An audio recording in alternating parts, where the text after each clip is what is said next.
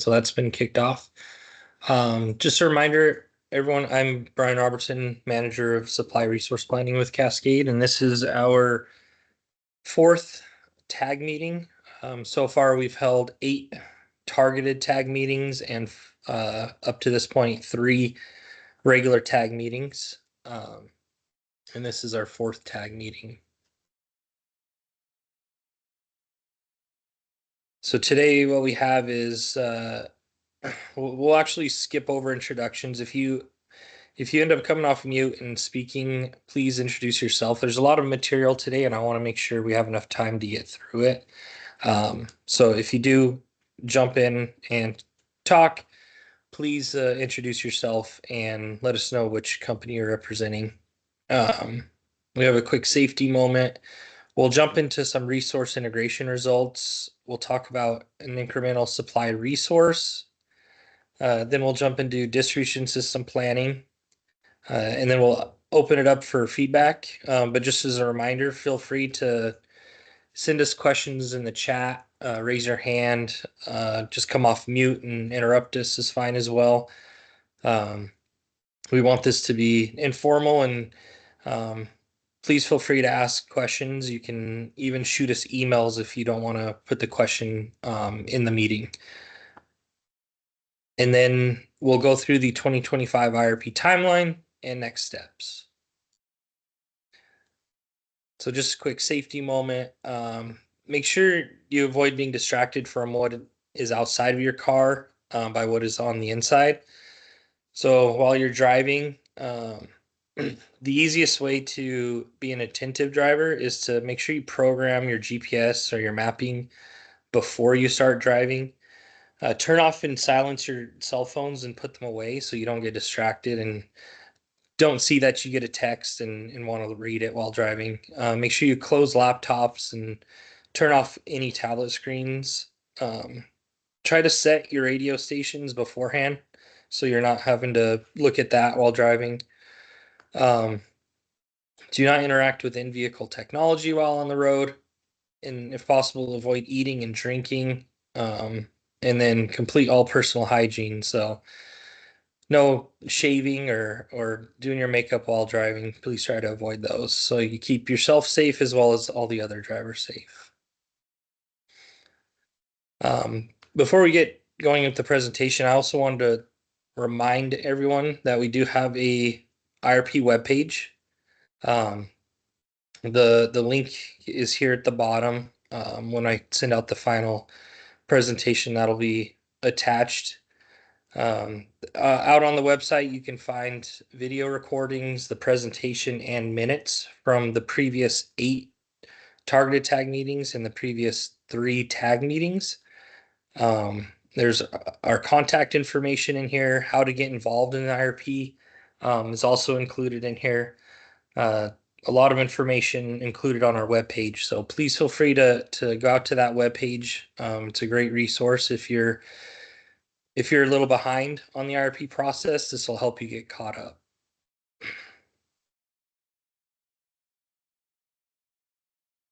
All right, so we'll jump into resource integration results. So just a quick background reminder for folks. Through the targeted tag process, we focused on looking at individual methodologies such as load forecasts, avoided costs, carbon compliance, resource integration, energy efficiency. And through those meetings and discussions, we've tweaked some of the methodology that we've presented in the 4 tag meetings and the results that we've shown in the 4 tag meetings. So everything that we've done has led up to this point. We've, if you recall from targeted tag 8, we presented on the Plexos model. And one second. I want to make sure I don't lose connection. Okay. So if you recall from targeted tag 8, we presented.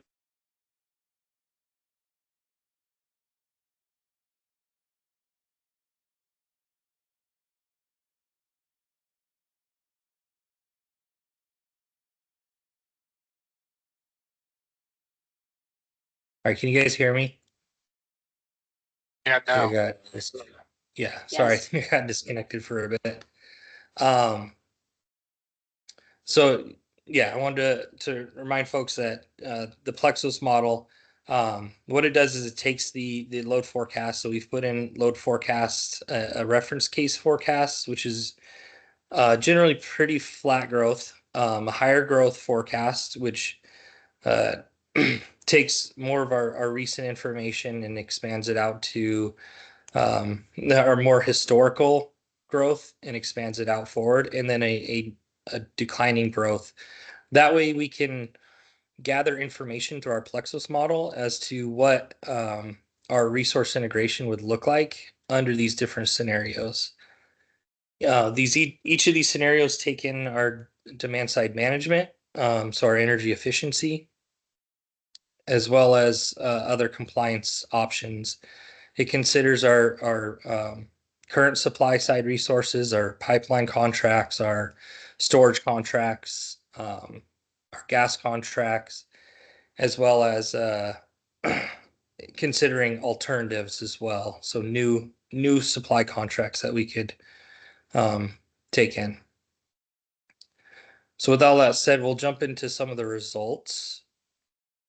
So for the Washington Climate Commitment Act in Washington, we are looking at meeting most of our reference case emission targets with free allowances repurchased and consigned allowances, offsets, carbon capture, and RTCs. And I kind of want to talk a little bit about the RTCs. Here it shows the RTCs as being needed in the future. This is the RTCs, and much of the compliance is really a balancing act between the two states.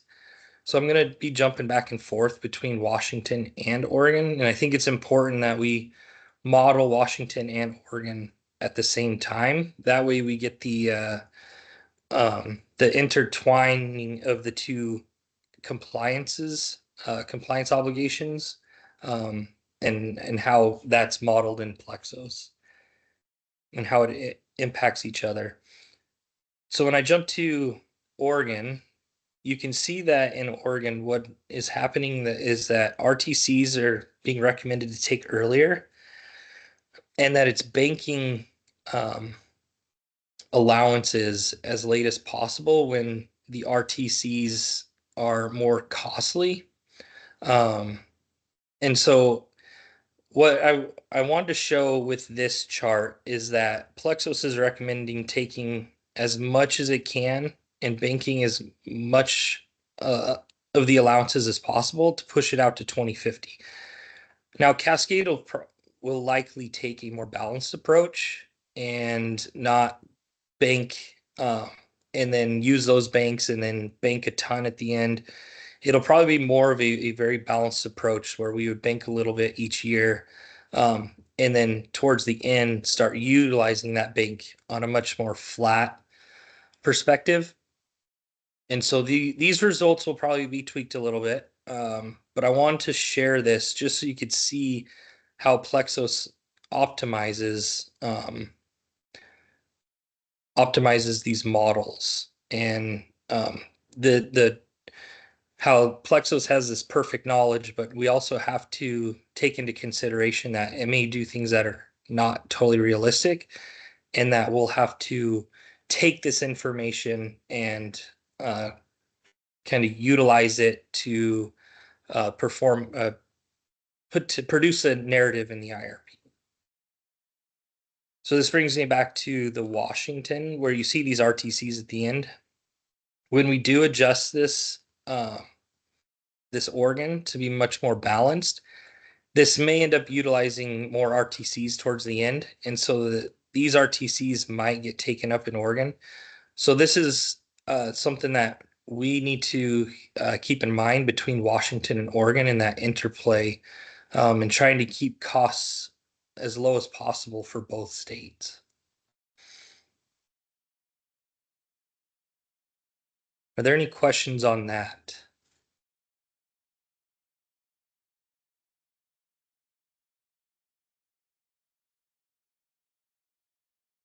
Hi, this is Yeah. Vigilia Kleiman, Yeah. an environment manager.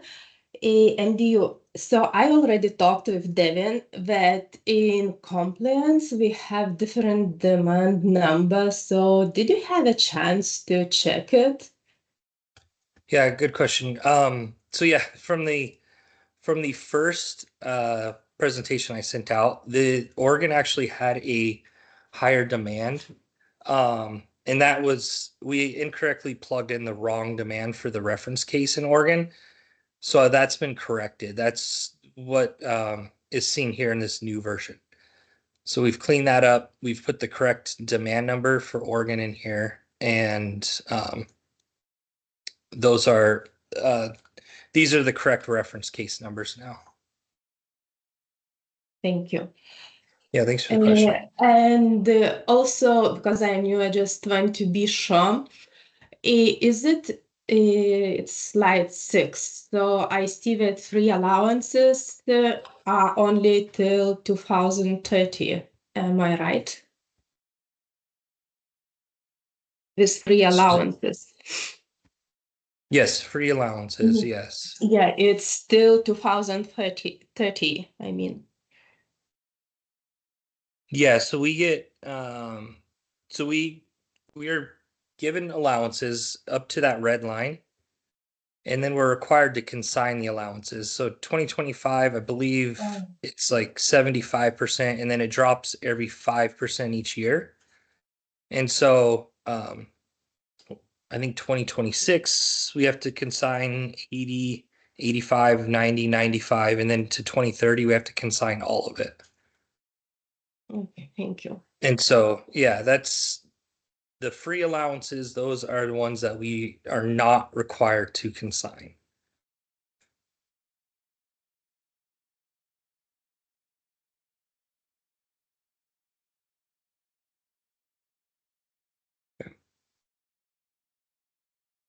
All right, we'll move to slide 8, and we'll discuss price compliance by take. And so these are the compliance options that were taken by the Plexos model that you see in on slides 6 and 7. And so you can see here in Washington, the lowest cost option for meeting compliance targets is offsets and allowances. So you can see the green and the orange line. And even the price ceiling units, this blue line, is generally pretty cost effective for several years out until it starts to hit this landfill gas 5 number and the carbon capture numbers. Price ceiling allowances begin as the third lowest cost, but the highest cost by 2050. So you can see that price ceiling units do rise to be um, quite expensive, and that's why you'll see in some cases these RTCs being taken later on if these price ceiling units are needed, because we do eventually hit a 25% purchase limit on allowances, and so the ability to purchase allowances through auction are going to be hindered a little bit. Yeah, Quinn, I see you have a question. Yeah, hi, Quinn Weber with the Washington UTC. I'm curious about why there's such this big dip in auction price in 20, is that 2035? Yeah. So yes, so we're still trying to track down more information, but the information that we have so far is that um, there's a lot of compliance within the CCA, the Climate Commitment Act. There are a lot of compliance targets that have certain goals and targets in 2035 that are kind of making that uh, prices drop a little bit. So specifically speaking, I believe like the Clean Energy Implementation Plan has targets in 2030. There's the I can't remember the exact naming of it, but the Clean Energy Vehicle policy, where all new cars have to be sold in Washington in 2035. And so there's a lot of different policies that are taking place along these lines that they have different targets. that are going to impact the price of allowances. But there's also the concern of linkage and what linkage could do. And I think there's a range of when linkage may happen, and how the impact it could have on allowances. So basically, what you're saying is that at 2030, the model expects entities that like would in theory need allowances to drop out, therefore it lowers the prices. Yeah, not necessarily drop out, but not need as much. I think that's the thought there. Okay.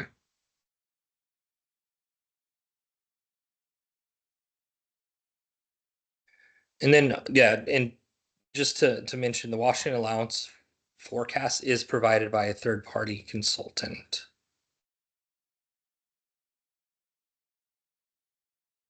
So this is the base the base forecast, so the reference case forecast. We also do Monte Carlos on each of these, except we don't do Monte Carlos on CCIs or price ceiling units, but all the other ones do have Monte Carlos. So for example, here's Monte Carlos on the allowance. And so what we've done is we've ran 200 Monte Carlo simulations in order to analyze ranges of allowance cost futures. And the way that we did that is we utilized returns, which is the quarter over quarter percentage change. And we normally distributed quarter over quarter percentage changes, which a percentage change down is less of a drop in price than a percentage change up. And so that gives us the log normal results of these pricing. But you can see that the maximum and the minimum, there's a max and a minimum, so a ceiling and a floor for these as well. And these are all tethered to the reference case allowance forecast, and that's why you see the general trend of it following the reference case forecast. Again, a little bit of this bottleneck here in the end is because the reference case price drops. And so the Monte Carlos will also drop, but there's a floor that it cannot drop below. And so that's why those results are really bottlenecked there.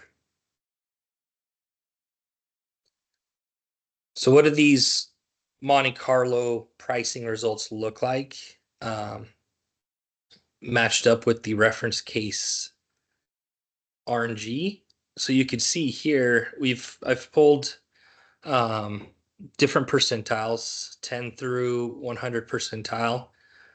And you can see that in the 100 percentile, that pricing, allowance pricing actually jumps up above a lot of these low carbon alternative fuels in the later years.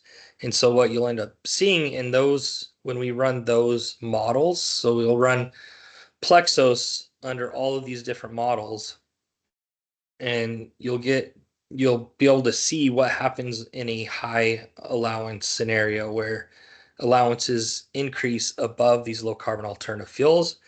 And you'll see that Plexos wants to choose these low carbon alternative fuels.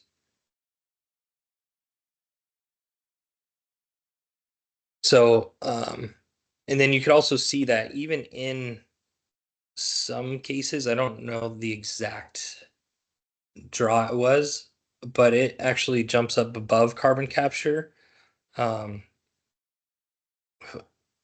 a few years. And so there's a little bit of an interplay there that we'll have to keep an eye on, and figure out what is actionable there.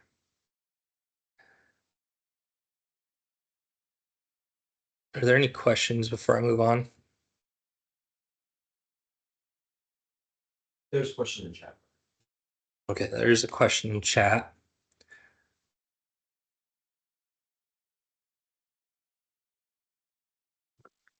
Brian, this is Kara. I put the question in the chat and it was back a Mhm. couple slides. So if it's going to upset your flow, feel free to take it whenever it makes sense. Yeah, I can talk about that. So the RTCs, well, so I should mention that what it ended up purchasing is on this slide, landfill gas 5. Um, those are what it was purchasing super early, and those would actually be like RNG projects that we go out and do the production and the build for it. There is a little bit of risk around those, but they are lower cost. Um, that's those are the type of projects that they would be. They would be the low cost RNG projects that we actually went out and invested in to build.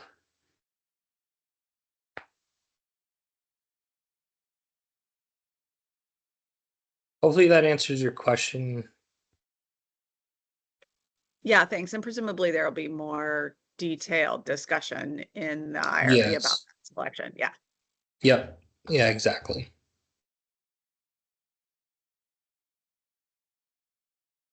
So what did the takes look like? So here are the takes for each of these. So you can see RNG landfill gas 5 was the earliest. You saw that that was the lowest cost. But you can also see that the landfill gas is limited in supply. Um, and so we'd only be able to build so much before we end up jumping into the landfill gas 4 costs, which, as a reminder for folks, these are the ICF projections that we got working with ICF.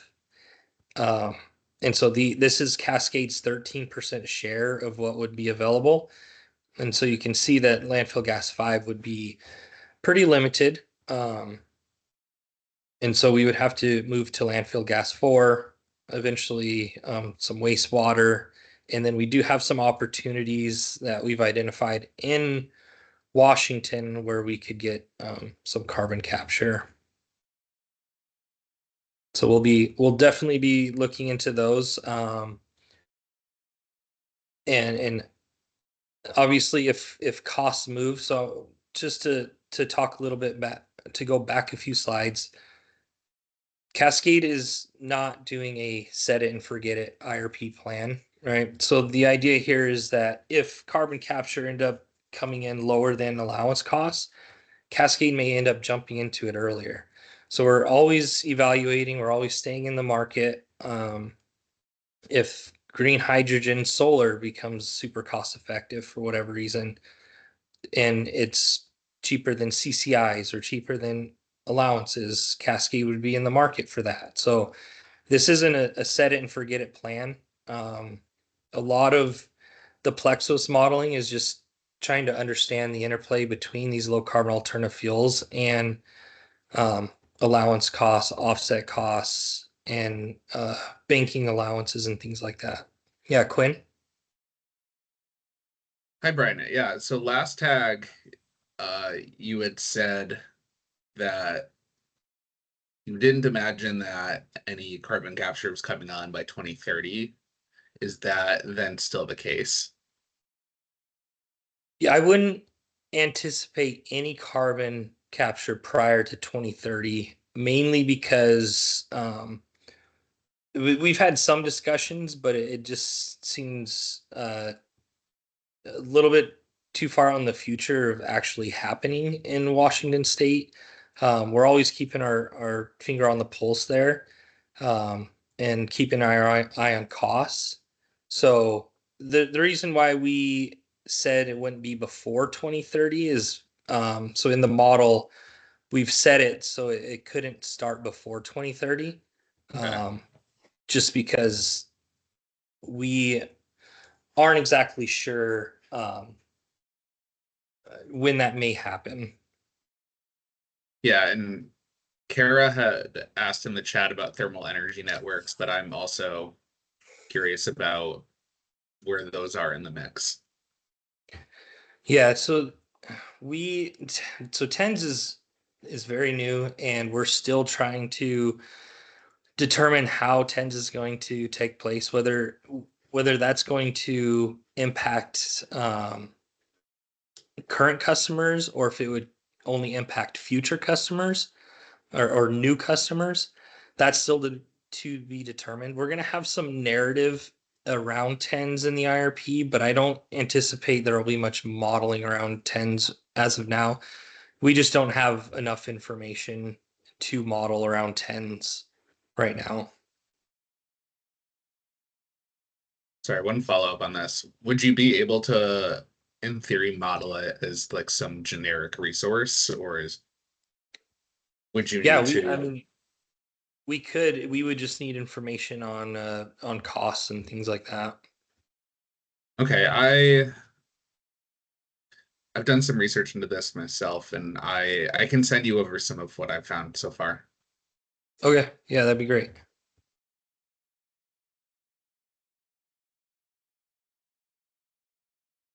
All right, so apologies for jumping around so much. We're on slide 12 of this deck. I think it's maybe slide 11 of the deck that was sent out yesterday.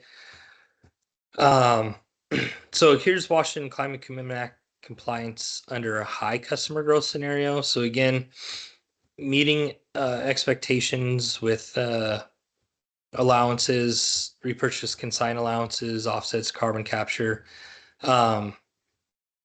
There would be, I think, some RTCs, but again, so when we ran this, we ran high customer growth in Washington and Oregon.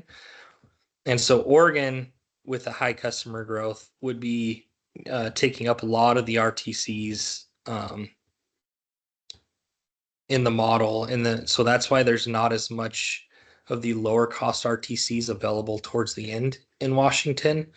So again, what Plexos is doing is trying to balance out the costs in both states.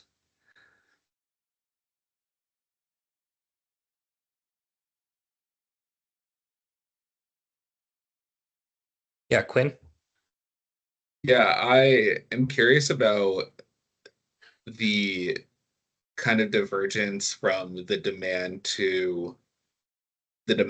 less DSM, because it seems to be getting their demand seems to be starting kind of similarly and then very much diverting. And what's the assumption behind that?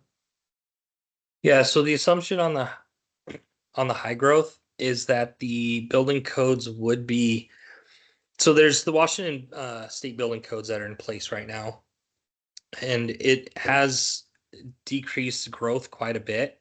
Not decreased, it has the increase in growth has declined. Um, so it's a declining rate, but we still are adding customers. But the idea here in the first couple of years was to show those building codes because we aren't sure if those building codes how long those building codes would last if they are redacted.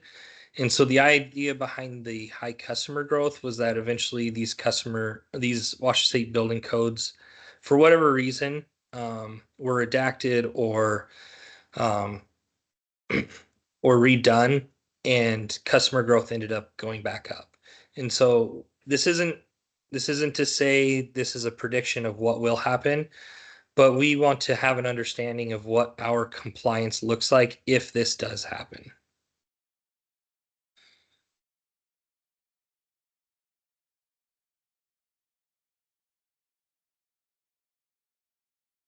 So yeah, jump into Oregon, high customer growth here as well.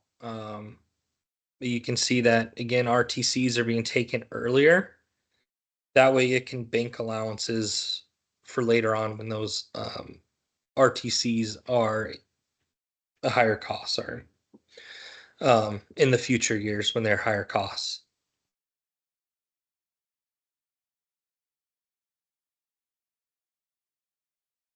So under the low customer growth, what you'll end up seeing is you'll actually get more RTCs being used in the future in RNG because the RNG and RTCs are available in future years. So just to jump to Oregon real quick. So there's a decline here in Oregon as well, and you can see that there's not as much of a need for RTCs here, which leaves those lower costs available in Washington here. And that's why you'll see RTC and RNG being taken in the lower customer growth and not the higher customer growth. And that's just because of availability. Yeah, Car, I see you have a question. Yeah, thanks. Can you go back one slide to 13? Yeah. Okay, yeah. So would you mind just walking me through? So if there's high customer growth, you're going to buy RTCs earlier so that you can bank the allowances for future use. Explain to me what the minimized costs in future years when pricing is higher. You're talking about RTC pricing? Yeah, exactly. Okay, perfect. So, yeah, so I mentioned this on one of the earlier slides, but what we would likely do is take a more balanced approach and not do this bank, not bank, and then bank, and then use up a ton of bank at the end. Because it's the CPP is not just going to end in 2050, right? So the idea here is to just bank some and then be able to use the banked allowances towards the end when the RTC RNG pricing is a bit higher. And so it'd be more of That a makes sense. much And more of is a the balanced approach. Mhm. RTCs, is that forecast to be more expensive later? Is that based on the ICF study? Correct. Yeah. Okay, okay.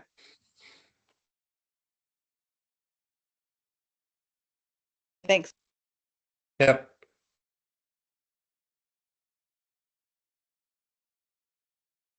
Okay. So what do these results look like on a bill impact? So what we've provided is the residential bill impacts through the slides, but we're going to provide all the customer classes and their bill impacts in the IRP. So what you'll see here is the difference between the as is and expected is the compliance cost. So we've captured the as is, so your average monthly bill, and then captured the cost from compliance. Now you'll see, like I had mentioned during the other slides, that it likes to bank things towards the end. These peaks here in 2044, 2045 were actually much higher, and we've tried to levelize these as best as we can, because what we would probably do is more of a balanced approach, not really the super optimized Plexos, because that is a very risky way to do things if costs don't bear out the way that Plexos is seeing. So we've kind of levelized this as best as possible. You will see a little bit of a dip at the end, and that's just because it's banking so many allowances towards the end and trying to utilize them there. So what you'll see is that from the compliance that this is the rate impact, that it would increase from today from $80 up to about $140 per month. And then these per therm, so we'll take these values and put them in a per therm basis, and those will be used in the electrification model. So that was the electrification model that we presented at tag 3. So we'll take these bill impacts from these different scenarios. So we'll do it for the high scenario, we'll do it for the low scenario. In a later slide, you'll see that we did it for the Monte Carlos. And so we'll plug those into the electrification model and see if anything comes out that the electrification model may suggest that there's will be some electrification. So on the Oregon side of things, again, the cost of the RTC's RNG is higher than the cost of allowances in Washington.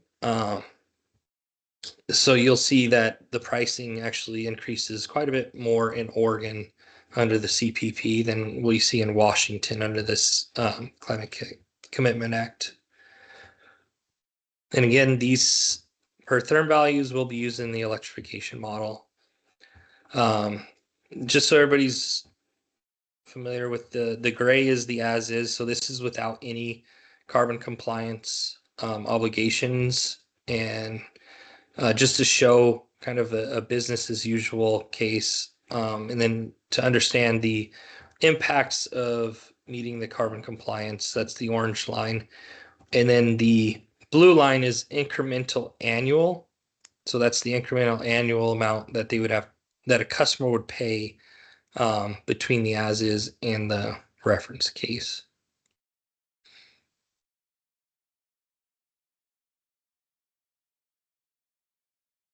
Yeah, Will, I see you have a question. Hi, Brian. This is Will Gerke with the Northwest Energy Coalition. So I understand why this is meant to do the bill impacts with or without the policy or not. And I understand that you're planning to use it in the electrification model. What about rate impacts associated with things besides the state environmental policies? I think of like general rate-based growth, O&M, everything else like that. How is that, how are you accounting for that? Because the as is seems kind of flat from my perspective, just from looking at these two slides. Yeah, It so the seems like as is, go ahead. yeah, so the as is, this is based on the reference case with the flatter growth. And so what you'll end up seeing is there's not very much O&M. There's a little bit of O&M. You'll see a little bit of increase. It does go from, I think, $75 to $110 by 2050. But this is based on the reference case as is. I believe if we did the high customer growth as is, you'd see a little bit higher of a growth there. Yeah, Kim. I may have missed this, but does this also reflect any reduced number of customers? So not the reference case. We do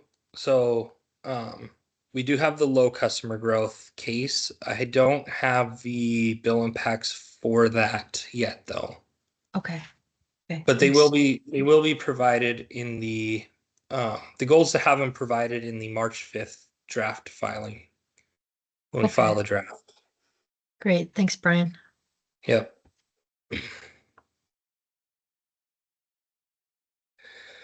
So low carbon alternative fuels, Monte Carlo pricing. So again, like I'd mentioned, all of the low carbon alternative fuels go through the Monte Carlos. So this is 200 different. Actually, I think we got 1,000 different draws from ICF, but we took 200 of them for our model. And the reason why we do have limitations on the number of Monte Carlos we can run. So with Plexos, our base model currently takes about 40 minutes to run. And with our current deal with Plexos, with Energy Exemplar, we can run our model 200 Monte Carlos, but it takes approximately 10 hours. And we only have a certain number of credits we can use. So there's definitely some limitations with the Monte Carlos.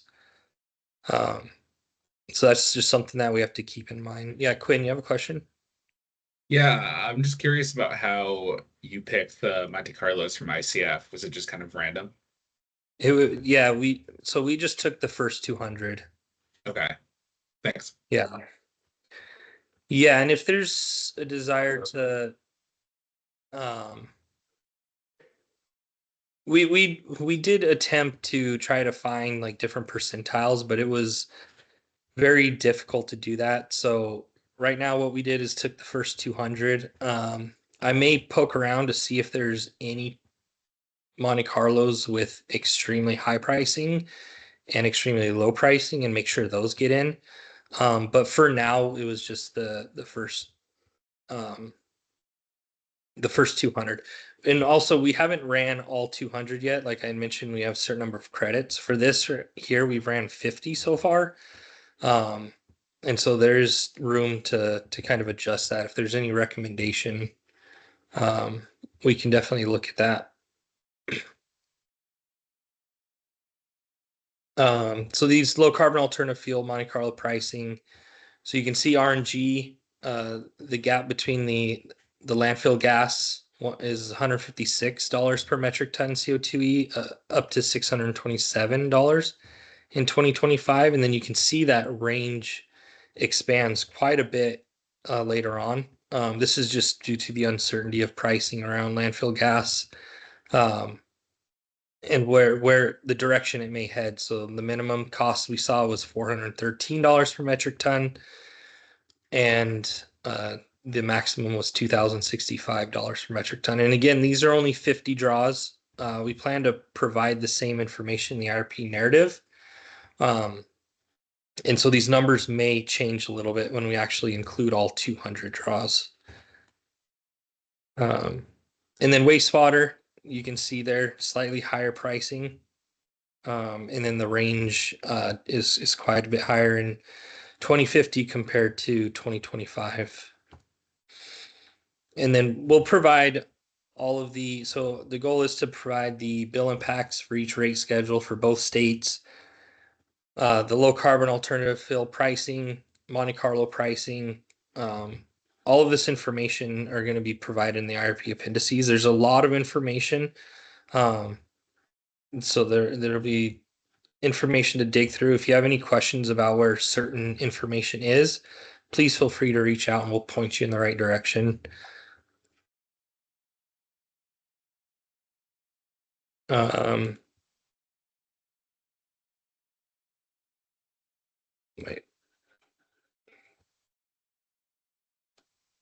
Oh, it looks like we had a duplicate slide in there.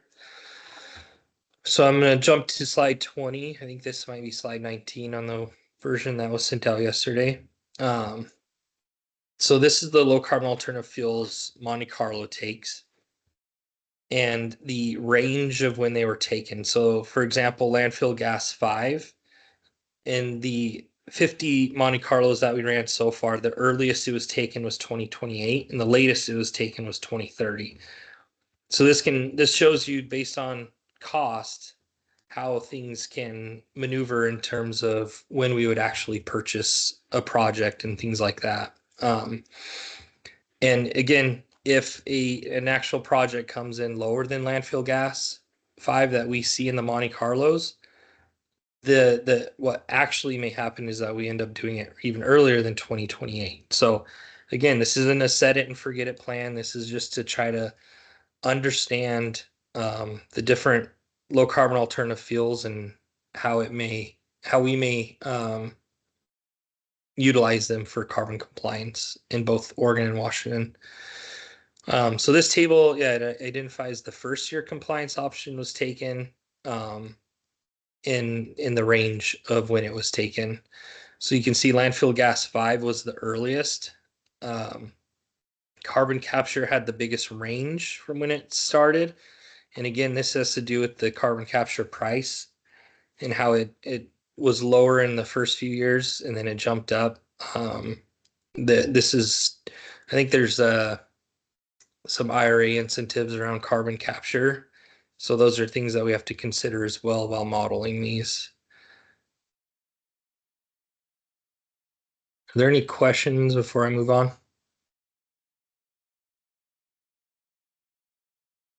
Okay.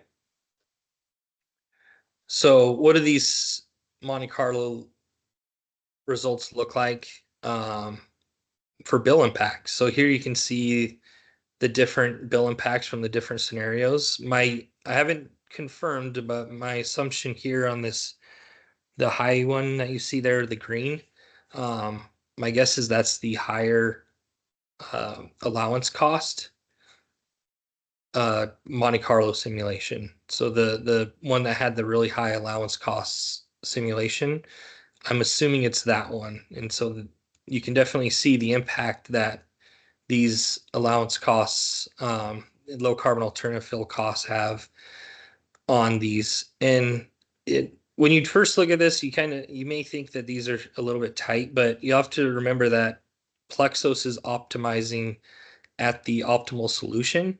And so even though one price goes up, another price may end up going down. And so it's going to try and take the least cost option each time. And that's why these prices are pretty tight with the bill impact. So you can see here that the range from the bill impacts, it ranges from about $20 on an average monthly bill around 2026 in the earlier years, and then increases. That range is about $40, I think, towards the end of the compliance period.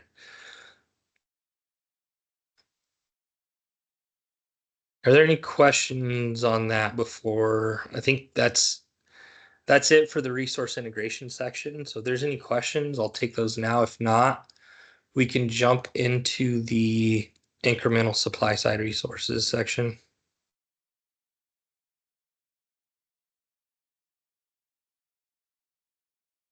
Okay. I'm not hearing anything, so I'll turn it over to Chris.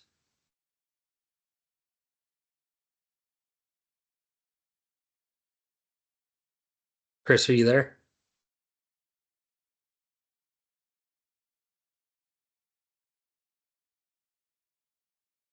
Hey, Chris, you're on mute. Thank you, Brian. Good morning. My name is Chris Robbins. I'm the Director of Gas Supply at Cascade. And wanted to talk about Cascade's new storage opportunity here. Can you go next slide? Thank you. So just kind of remind everybody our current storage accounts. We have 4 accounts at Jackson Prairie, 2 at Plymouth, which are the liquid natural gas storage facility that Northwest Pipeline operates. And then we have 1 existing account at Mist, which is Northwest Natural's storage facility, a little over 1.6 million. And an important note there is that contract, while it does run through 2032, Northwest Natural does have the option to recall that in 2029, which is kind of an important date on the next slide here. So this new contract that we've entered into is at the North Mist facility, and its service date is in the mid-2029, and it's a 25-year term. It is not recallable, so meaning that Cascade will be able to have the option to renew it after the 25 years, and we're not dependent upon another company to recall that. It's expected to have an injection rate of 8,000 a day and a withdrawal rate of 20,000 decatherms a day, and total storage capacity of 800,000, or about half of what we could potentially lose in 2029 with the existing Mist contract. So, and then the last note there is obviously this is just kind of becoming known, and this is the first time that some of you have heard about this, so we don't have a lot of details quite yet to share, but a lot of that will be coming in the future. All right, next slide. All right, so, why does Cascade need storage? And just compared to some of the other utilities in the Northwest, they have between 2.5 and 7 times the amount of storage capability that Cascade does. Other LDCs, more than twice the working inventory, annual load requirements in Cascade, and even on a per customer basis, LDCs have approximately twice the number of customers served with their storage than we do. So we've been looking for storage obviously for some time, and this is an opportunity that should help us. Basically, the next point would be missed opportunities for price arbitrage. Basically, just meaning that we can avoid those high price spikes and having our customers pay for those winter peak periods if we can have a little bit more storage to utilize. Again, in the Northwest, we've all heard about pipelines are pretty full. So operationally, they're becoming increasingly less flexible. Storage is going to help out a lot with that. And then we also know that there's going to be a lot of pressures in the Northwest, increased viability or volatility, I should say, in the Northwest from wood fiber LNG, Rockies supplies, kind of trying to go east, basically, instead of into the northwest, and of course, potential West Coast expansion projects. I think that wraps it up. I got another. We have some questions in the chat.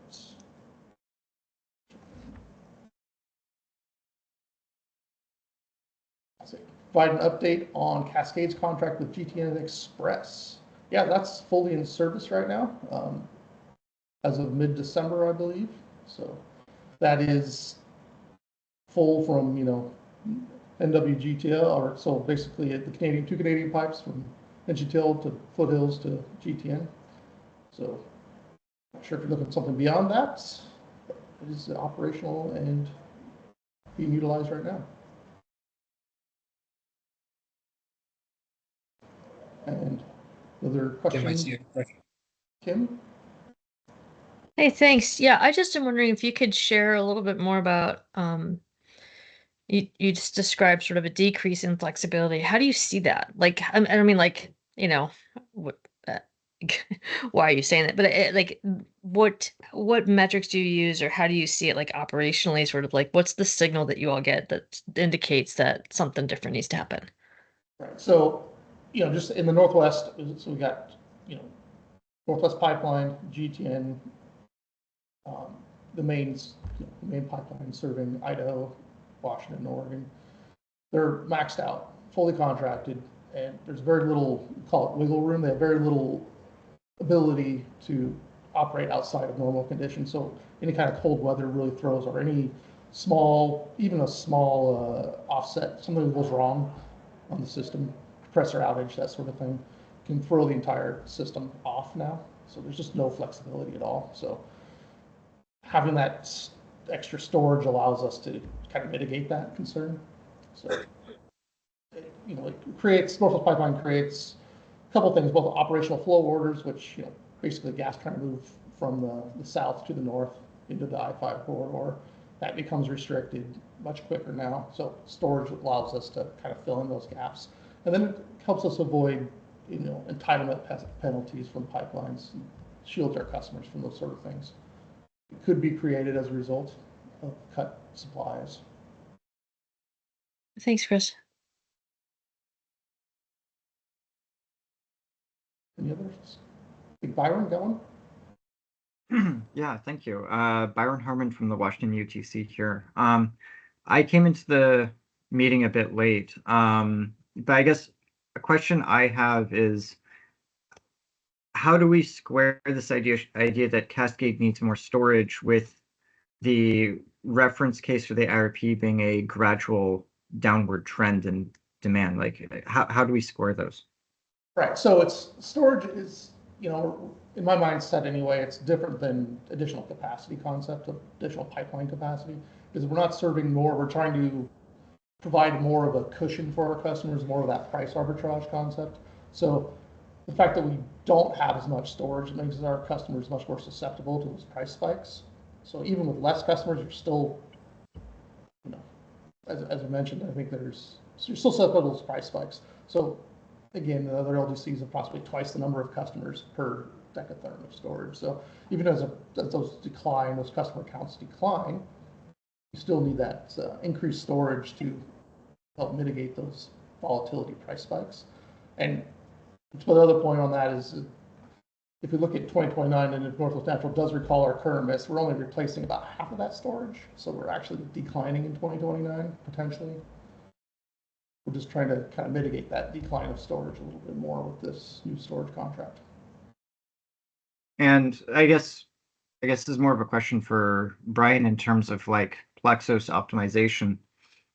Is increasing storage in order to engage in a larger suite of arbitrage, like, is that something that Plexos is optimized for, that this is a lowest reasonable cost pathway?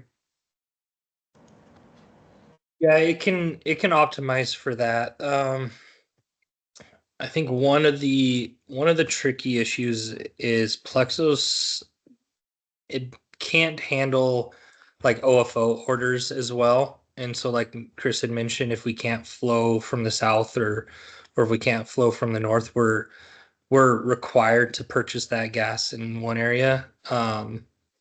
The building that into Plexos is a lot, is very tricky. And so there's some understanding of the operational side that it's difficult to model, and you just have to be aware of it and understand it, like Chris and Eric do. But we have modeled it in Plexos. We've modeled it with high cost scenarios, tried to limit it in the flow in some areas. But Plexos does show a lower, it showed a lower, when we ran Monte Carlos with and without mist expansion, it showed a lower total system cost with the North Mist.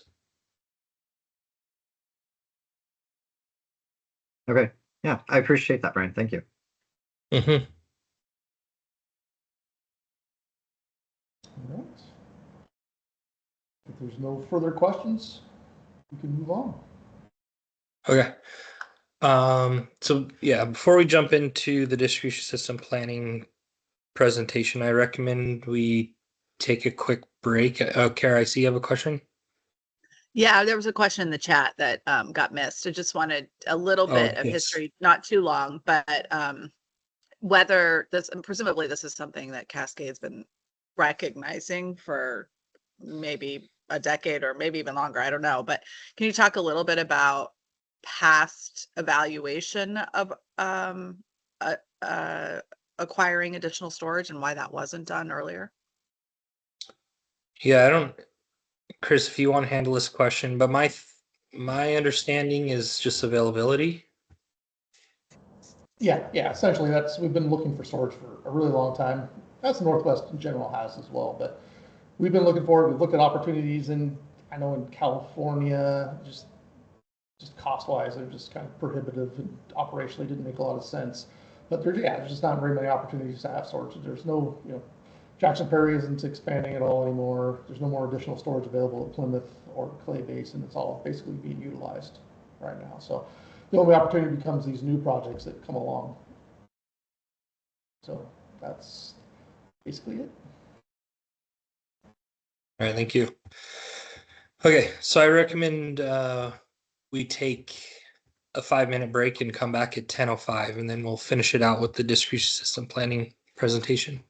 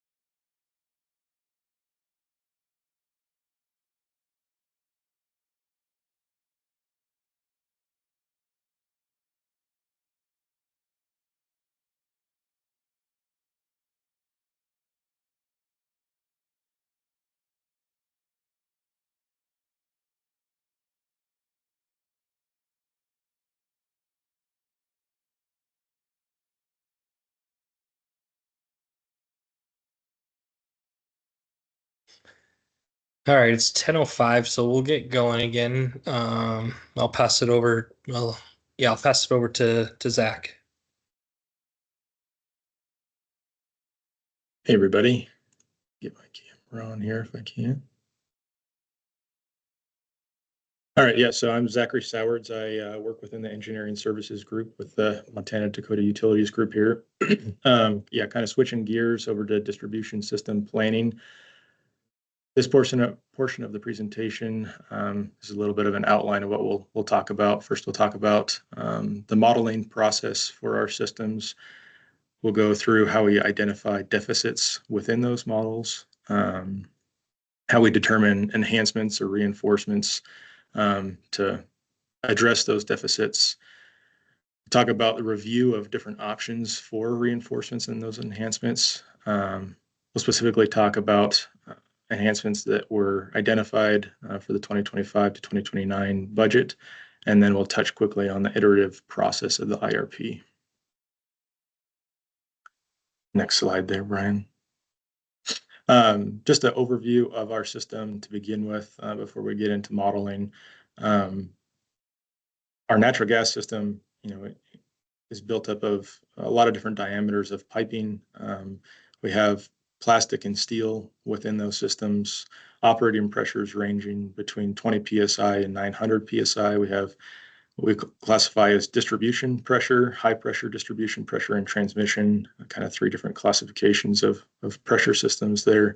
Washington, these are approximate values here, but about 5,100 miles of distribution pipeline and 170 miles of transmission. Oregon, a little bit less, but 1,770 miles distribution and 107 miles of transmission there. Next slide. Just a little bit more about our system dynamics. We talked about the piping, but we have facilities as well. Regulator stations that kind of convert between transmission and high pressure or high pressure and distribution there. Valves, obviously, for emergency purposes or different functions within the system. And then we have other equipment, heaters, odorizers, compressors, et cetera, to supplement or to support those distribution systems. Next slide. This is just a graphic of kind of how the distribution system works. We start at the green areas there. The green lines would indicate, transmission companies where we would be getting our gas from. Those gate stations are regulator stations that cut pressure from that transmission pressure down to most likely our high pressure systems, which is indicated in red there. Sometimes we can go right from a transmission to a distribution pressure, but typically it goes into a high pressure system there. We notice right in the middle top there, that building coming off of the red line, that would be indicated of a large volume customer, maybe an industrial customer that would be fed off of our high pressure systems. Typically don't feed residential areas off of our high pressure system, directly off of our high pressure system, but some customers do require higher pressure. So stepping down from that, we see the red ovals there indicating regulator stations. That's really where we would cut down from that high pressure systems, loops, or other areas down to our distribution pressure, which is 60 MEOP typically, so below 60 psi. That's indicated of those blue lines there. That's typically what would be serving residential areas. We do have small commercial and some large volumes served by those distribution systems as well. But really that's the kind of the overview of how the system works, I guess. You can go to the next slide. Now that we kind of understand how that system works in reality, we'll talk about how we model that so that we can identify different things. We use synergy gas modeling, and really what it is it's a hydraulic modeling software. DNV is the software developer that we work with to support that synergy gas software. We also work with them on a rotating basis to rebuild our models. I'm going to just call them synergy models from here on out through the rest of the presentation. But really what we use those synergy models for, and we'll touch on it in the following slides, but we use those to model growth, to see where our deficits or future deficits might be, to model reinforcements, kind of play with our options within those. But really what those models incorporate is the total customer loads, and we'll go into more detail in further slides on how those get input there. But they also obviously include all of the existing piping and system configuration. So, they have all of our piping built into them, all of our reg stations built into them, so that we can see how the system reacts to new loads, to forecasted loads, et cetera. I touched on it just a second ago as well, but these synergy models are updated on a 3-year basis. So between Cascade, Intermountain, and MDU companies, we're on a 3-year rotation to completely rebuild those models.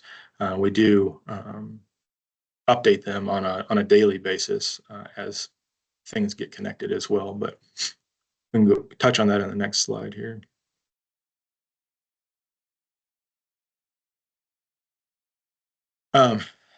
This is really not a synergy model example. It's just kind of an overview of a distribution system. Kind of going back to that slide where we talked about transmission, gate stations, high pressure reg stations, and distribution.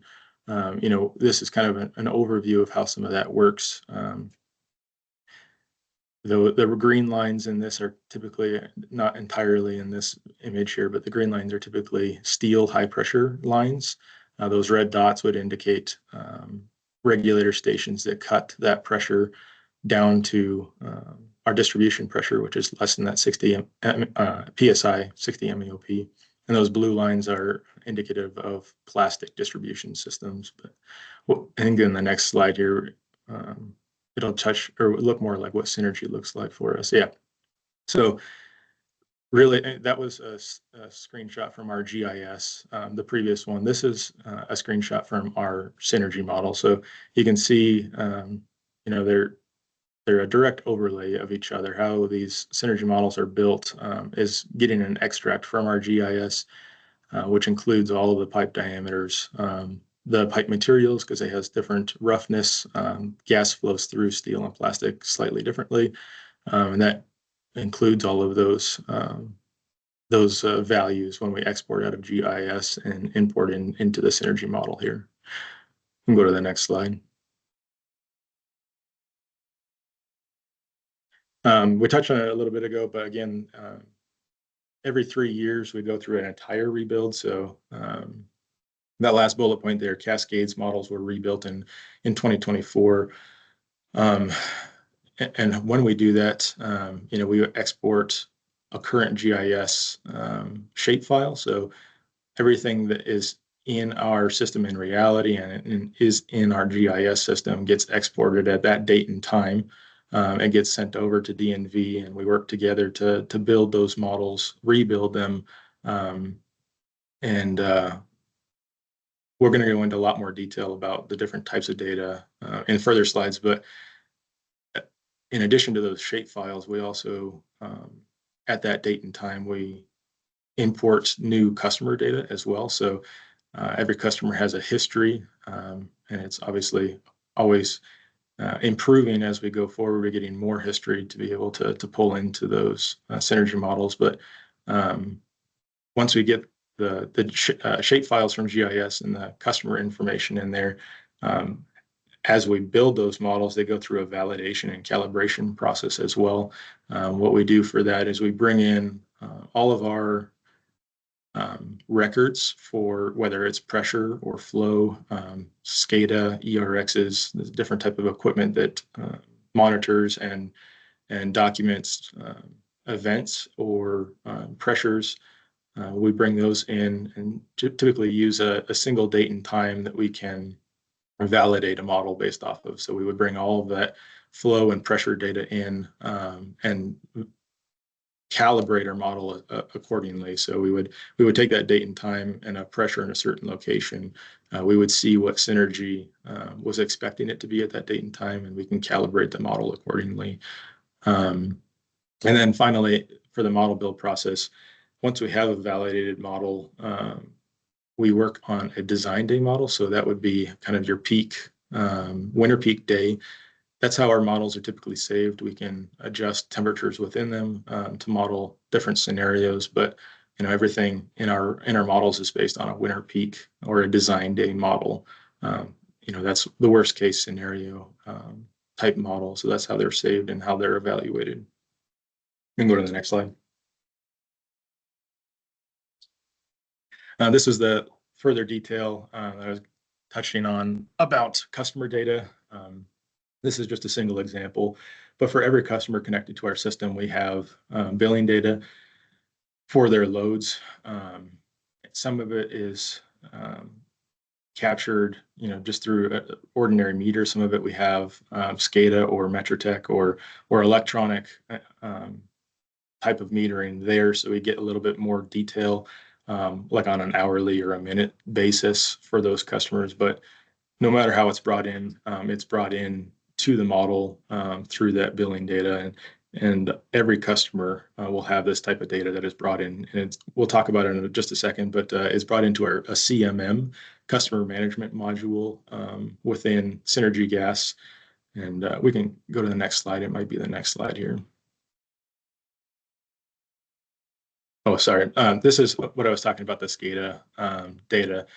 So we have multiple electronic forms of data gathering within our system. SCADA is one of them.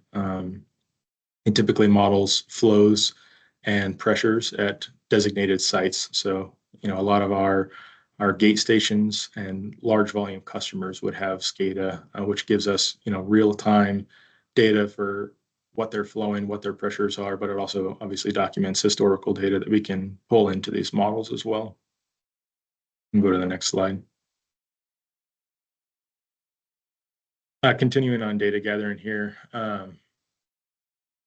This is kind of a list of different districts, and talking about the heating degree day. When I talked about the winter peak day and how these models are saved, they're saved at what we would expect a winter peak day to be. Engineering gets this value from regulatory, but Brian, correct me if I'm wrong.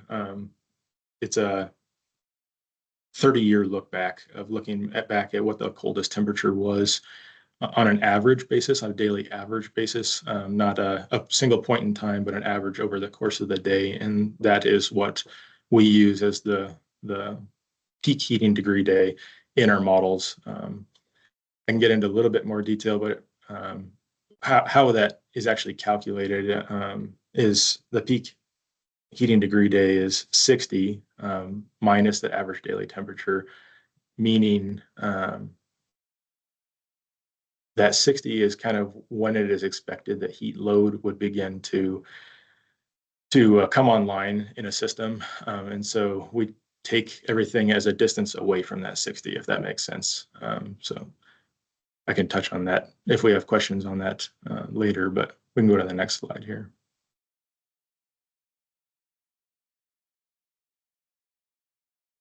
This is that CMM that I was discussing. Really what CMM does is it is a function within our Synergy Gas modeling system. And what it does is it creates a database of all of our customers. So we would pull it out of our existing database within the utility group, and it gets transferred into this CMM module. And really what this module allows us to do is create linear regression for each customer. So essentially a linear equation that's dependent on temperature for every customer within our system. So CMM is the module that does that for us within Synergy, but really what it does is it takes that linear regression, linear equation, and populates it on individual pipe segments within the hydraulic model. So it would take a load for a residential customer, small commercial customer, any customer within our system, and it would populate that load on a pipe within the hydraulic model and allow us to adjust the temperature. So say we're trying to model an emergency in the summertime. rather than look at system deficits or things like of that nature. If we wanted to look at emergency, say a hit line or something in the summertime, we could adjust the temperature within the model, and those loads would adjust accordingly on each pipe segment. So that's really what CMM does for us. Yeah, Byron. Yeah, thank you. My question is, when you guys go to model individual customers, what kind of assumptions go into that? Are you guys just kind of assuming kind of average customers in a particular area, or like how does that work? I'm really curious about this. This is interesting. Yeah, so really, I mean, it comes down to a per customer basis. So, say a single residential home in a development, CMM we would pull out their historical billing data, and it would also pull out the historical temperatures for that area. All of that gets pulled into CMM here. What the CMM does is that it does a linear regression, like I said, based on temperature. So we would create an equation, y equals mx plus b, where the m, I think in the next, maybe go to the next slide here quick, Brian, it might have a better representation of that. There we go. So again, like that y equals mx plus b, there's this heat value and a base value for every customer that's calculated out of that. And what that means is, that this is just an example that was for the presentation, but that 0.0152 is the part of the equation that is heat based, meaning, at 30 degrees outside, that number multiplied by 30 is obviously higher than that number multiplied by, a lower number. But what it does here, and that's where it comes into that HDD value, where we're actually taking the distance away from 60. So the X in that equation would be higher the colder it gets, if that makes sense, because we're taking the distance away from that 60. Right. That 60 would actually be 0 in this equation. So when it's 60 degrees outside or above, this equation would, that the X portion of it would be 0. So that first portion would actually disappear. That base factor in the end is what we would assume that customer would always have online. And in reality, it's a regression, and it kind of comes out to the average of the whole system for that base value. But, typically that would be like in the summertime, we would still have like water heating load or something else. But that linear regression would take into account a portion of the load that would always be considered as on. And it's smaller, that 0.118 is smaller than probably the smallest equipment within a house. But when it gets modeled throughout the whole system, that average of all those bases is what we would anticipate the system to be flowing, even on a warm day per se. Does that answer your question there? In part, yeah. Okay. Sorry, this is just still really interesting. So you guys have the ability to model like heterogeneous populations where you're not assuming that each individual is like a average of the aggregate. So like how much like standard deviation do you guys get amongst your residential customers and like in terms of like their gas consumption and stuff like that? That is a really good question. We get it in a report of every model build that we do, that standard deviation, but I don't have it off the top of my head. Okay, So yeah, that's something understandable. Yeah. I'll have to get back to you, and something we can include in the write-up as well. Yeah, I guess this just has a lot of implications for how like modeling like customer elasticities, like understanding the like how heterogeneous and what the distribution of customers' uses are. And it has a lot of implications for like how customers will respond to like price signals and electrification and stuff like that. So it's really interesting to know that you guys have that data on hand. So I appreciate that. Yeah. I guess maybe this is a good time to see if there's any other questions. I don't see anything in the chat here, I guess. All right, Brian, we can probably go on to the next slide here. Really, Byron, going back to this equation, the green lines here show what the calibrated. Brian, go ahead and hit forward again. I think it's going to bring in some red lines into this. There we go.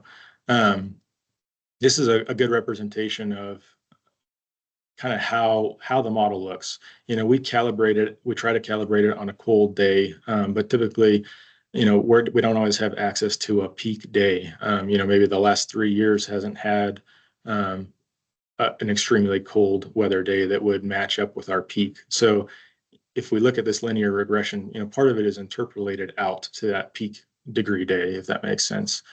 So the green lines indicate, you know, that where the model was calibrated. But then, you know, when we save that model in the peak HDD or that, you know, that winter peak scenario, part of that is an extrapolated or a piece of data, if that makes sense. Because maybe we don't have the record of a winter peak scenario. But we can go to the next slide here. Again, maybe I'll just pose one more time for questions on the modeling process, because next time I'm going to be talking about how we use the models to identify stuff within our systems. Any questions? Okay, well, I'll move on here. Kind of the capabilities of Synergy and what we use it for. You know, we use it to review large volume customer requests. We use it to model RNGs, you know, injection of gas into our systems. We use it to support the design and sizing of pipe within our system. So, I mean, the huge benefit of the hydraulic model is, you know, we can see the difference between, you know, how a 2-inch pipe versus a 4-inch pipe, you know, makes a difference within a system. So it's hugely valuable for that. We also are able to put in the specifics of our reg stations. So it helps us identify regulator stations that are maybe reaching capacity in terms of their regulation. So, you know, we have in the past had projects where we had to increase the capacity of a regulator station, and that was most likely identified through the Synergy modeling software. We obviously use it for future planning. You know, we would take the IRP predicted growth value, typically you know, received from the regulatory department, and model that accordingly within the systems. We use it to identify deficiencies, to determine reliability, you know, from an emergency shutdown planning aspect, you know, trying to have some redundancy within our system for emergencies, et cetera. And then we use it to optimize enhancement options, so kind of help go through the selection of options for reinforcement. Go to the next slide, Brian. We'll touch on what a capacity deficit is. I know we touched on it in the past slide of you know, we use Synergy to look for deficits and how we can resolve them. But really, what a deficit is something that is limiting capacity within our system. So, some examples. Maybe there's a pipeline bottleneck. Maybe we have, you know, core growth at the end of a system that you know, has smaller diameter pipeline on the way there. So you can identify bottlenecks within Synergy. Deficit would also be considered like a low inlet pressure to a regulator station. So regulators are built in such a way that they need a pressure differential across them in order to flow. So if our high pressure system is reaching a low pressure, you know, those regulator stations won't be able to pass enough capacity through them for the downstream side of things. So, you know, we use Synergy to look for those types of deficits. Obviously, you know, being a hydraulic model, we're looking at flows and pressure. And so, you know, a deficit would be something where we don't have adequate delivery pressure to serve a customer. And then any other component that's limiting capacity there would be considered a deficit. And go to the next slide.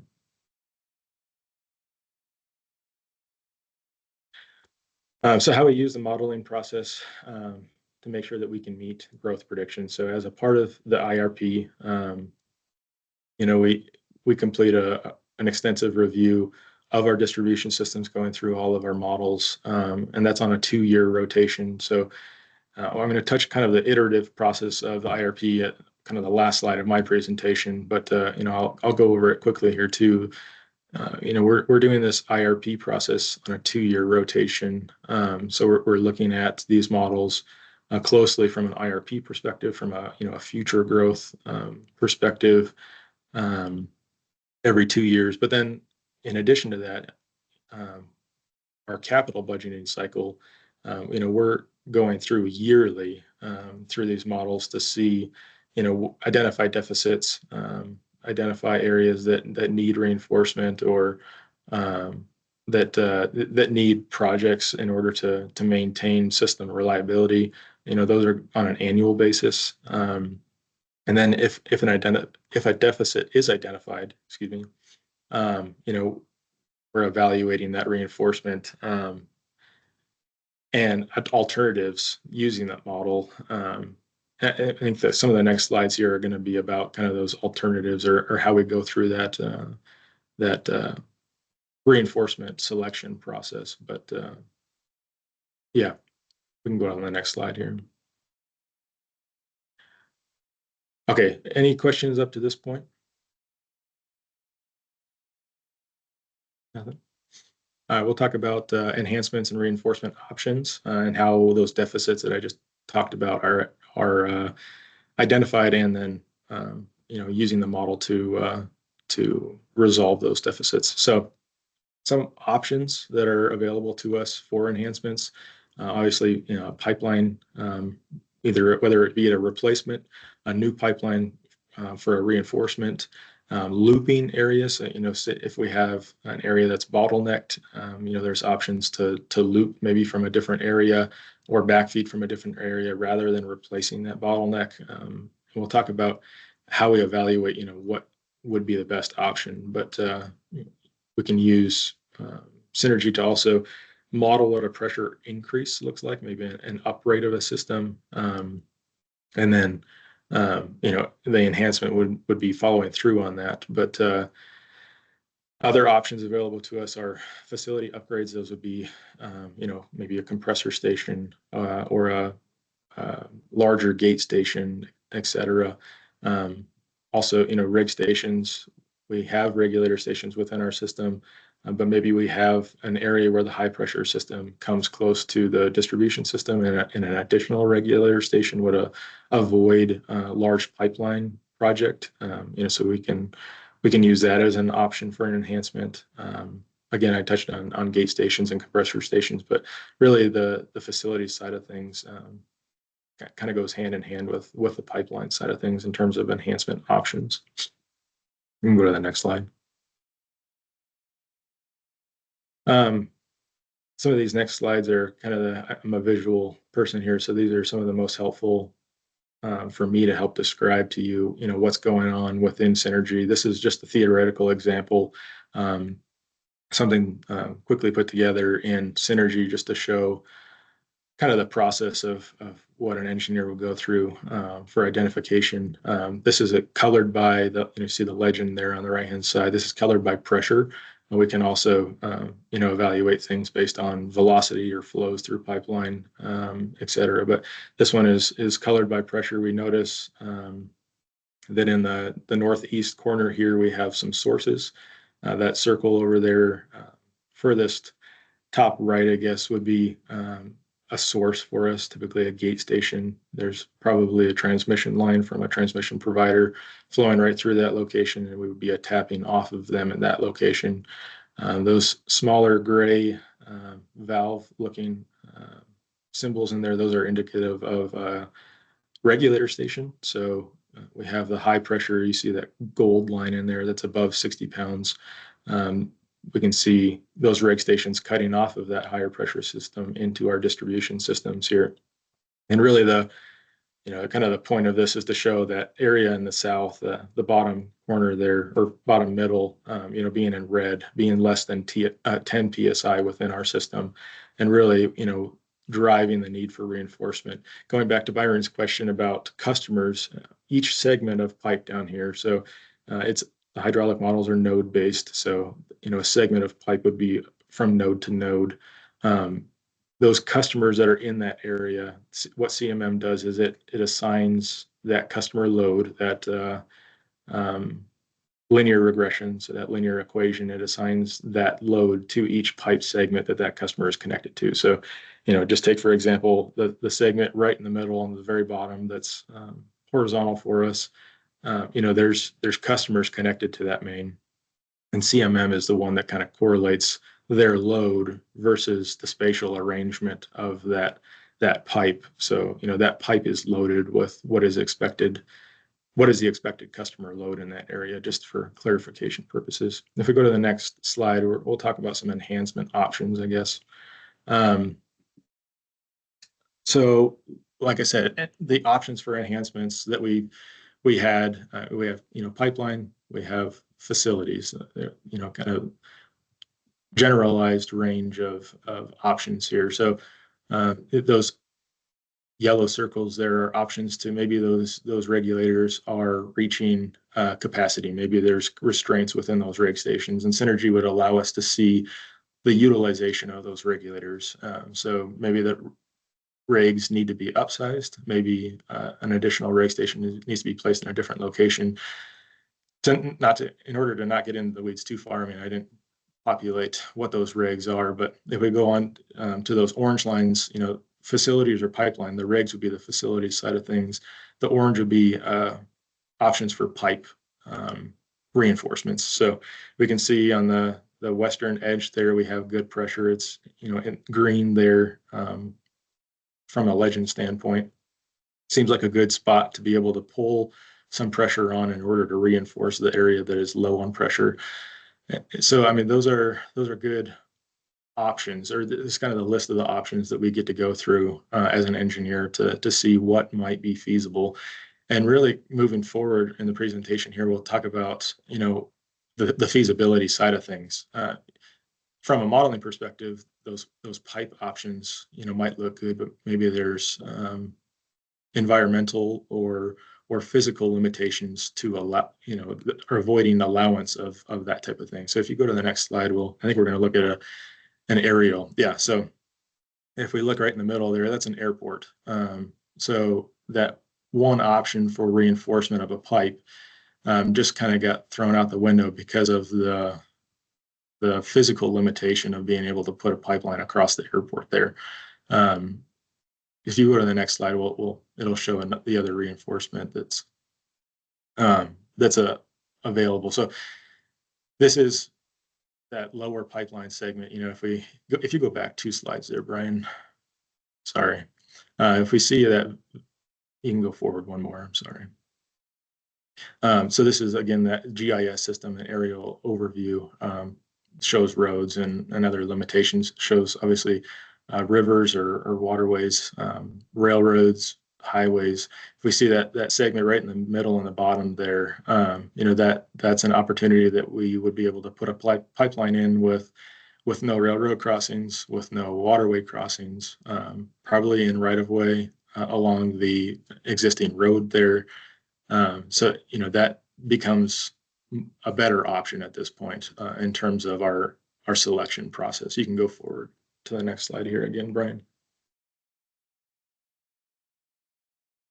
So again, in this, you see that yellow circle there. I mean, this is from a modeling perspective, that pipe was put into the model. It doesn't match reality yet because that pipe isn't in the ground out in this location, but from a modeling perspective, we can see what that pipe would do within the system. So without changing anything at the reg stations, without changing any other piping, just this single addition of this single pipeline, brings our system back up into a range that is most likely acceptable for customer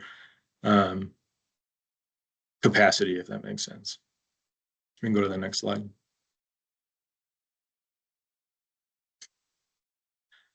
Again, going back into those considerations, pipeline facilities, there's a lot more that comes into it, even beyond the physical limitations. We got to talk about scope, cost, what type of or availability of capacity increase does it give? Maybe there's a shorter chunk of pipe that gives a small capacity increase, but maybe just a slightly longer one that gives a lot more capacity increase, I mean, all of that would come into the enhancement selection process. We got to talk about timing. A lot of that comes in when we evaluate these models from the IRP perspective, and future load, future load, blanking on the word, but looking at the future, if we're expecting this area to need reinforcement in 2029, we have to think about timing of when feasibly that project would be able to go into service, preferably prior to 2029 or during 2029 when it's exactly going to be needed. And timing in terms of what permits are going to be required. I mean, all of that has to come into play when we select these enhancements. Other system benefits, and then obviously the alternative analysis. Partly of what I just discussed in the previous slides and those visuals was some alternative analysis. Sometimes there's more options than one to solve a particular problem, but it's trying to go through those alternatives to see what is the best for the company as well as for its customers. You can go to the next slide. So again, the review and selection process for the capital budget. Good spot for any questions if there are any. Okay, we can move forward here, Brian. So again, touching again on that enhancement selection guidelines, what's the shortest segment of pipe that addresses the deficiency? What section of pipe has the most favorable construction conditions? Which segment of pipe minimizes environmental concerns or impacts to the community? And really what we mean by that is, maybe the shortest segment of pipe goes through a wetland that, would require additional permits, would require other additional items. Maybe that's not the best choice, and trying to include that in the decision-making process. What segment of pipe provides opportunity to add additional customers? Maybe it makes more sense to go in a different route that doesn't currently provide natural gas availability to customers, rather than replacing a pipe that already is providing gas to certain customers. That's part of the discussion or part of the equation, I guess, in terms of the selection. And then really, I mean, total construction costs, including restoration. We talked about costs, but costs can include a lot of different things. Maybe it's easy to put a pipeline in alongside the road, but what's the restoration cost? What are the other costs associated with that location? All of that has to come into play for enhancement selection. We can move forward, Brian.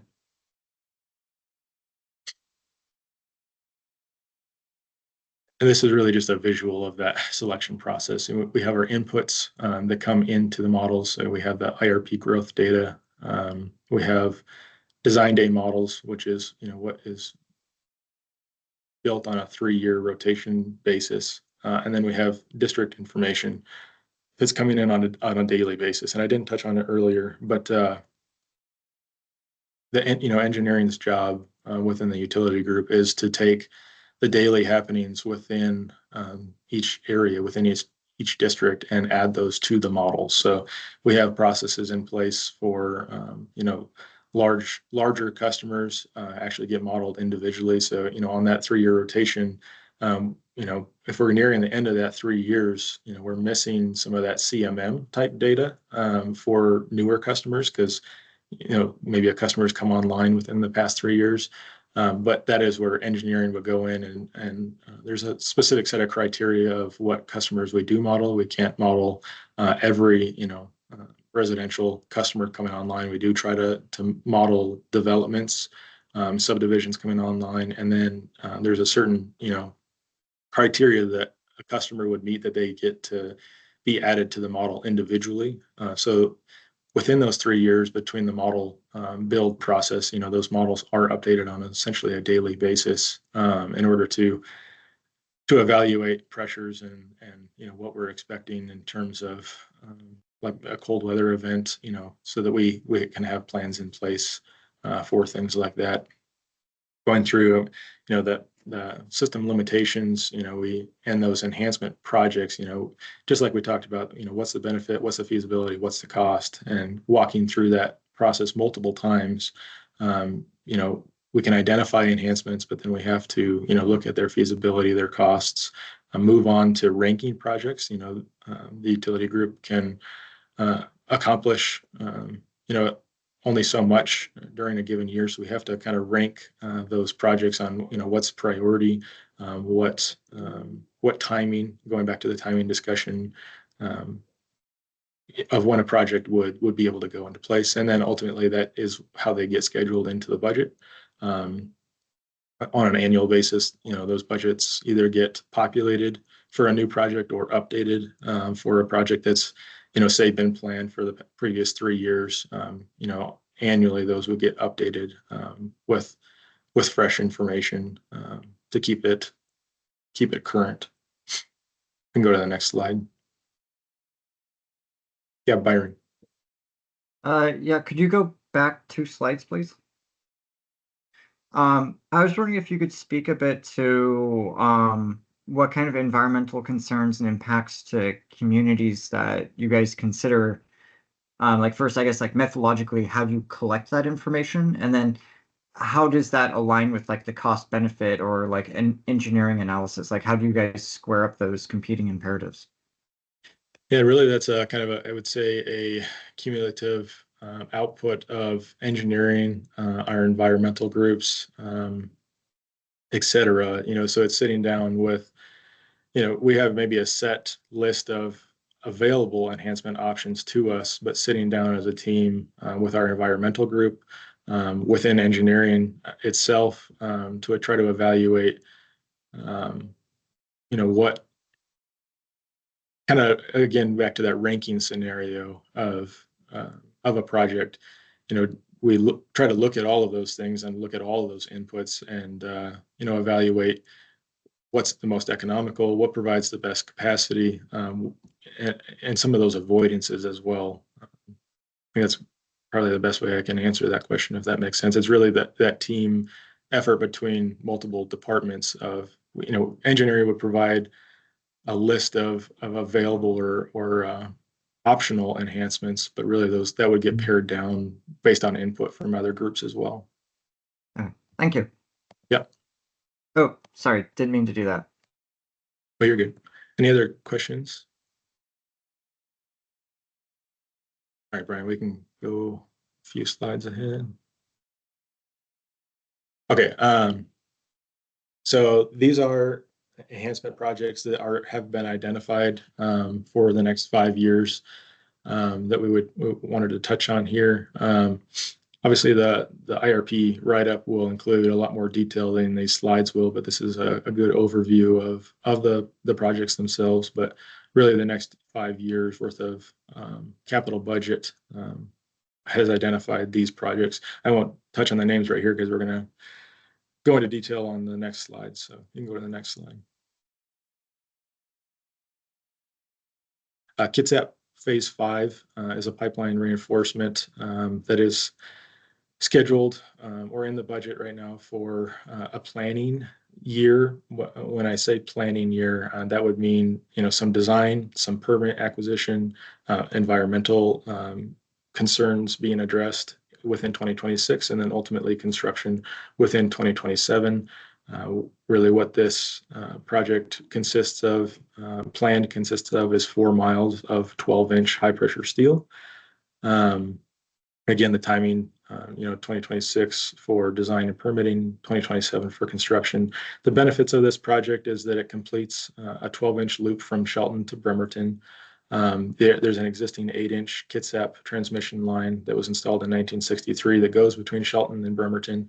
And if you notice this is Phase 5. It's been in a multi-year, multi-project reinforcement that is set to try to reinforce the lateral itself, Bremerton being at the end of that lateral,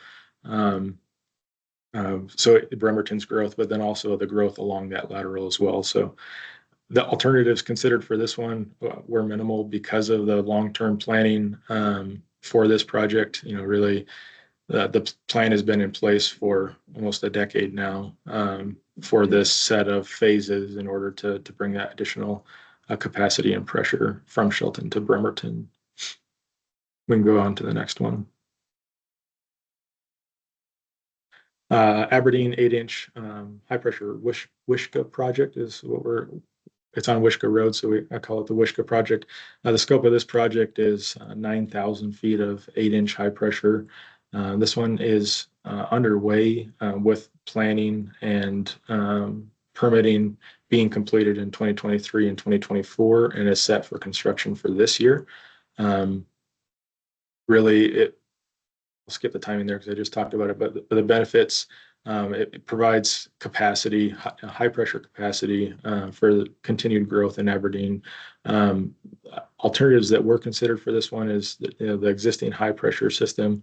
There was opportunity to uprate that, but in order to uprate that, there's quite a few hurdles and costs associated with uprating, but also that alternative would have needed a gate station rebuild, where the chosen enhancement does not require a gate station rebuild, just piping.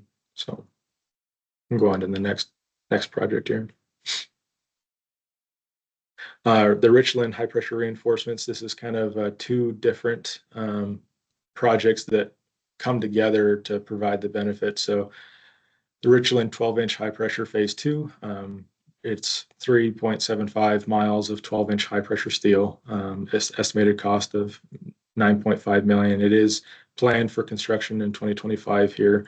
And really what that is it's taking pressure from this Richland Y gate that is on the right-hand side of the screen. So it's the Richland Y upgrade would be upgrading a gate station off of a transmission provider in order to increase capacity and pressure out of that existing gate station. That higher pressure and larger capacity, contractual capacity from the transmission provider would then be put into that 12-inch high pressure pipeline in order to reinforce the high pressure system within Richland. Construction timing for both of those is planned for 2025. Really what it does is it solves capacity deficit on the high pressure system in Richland.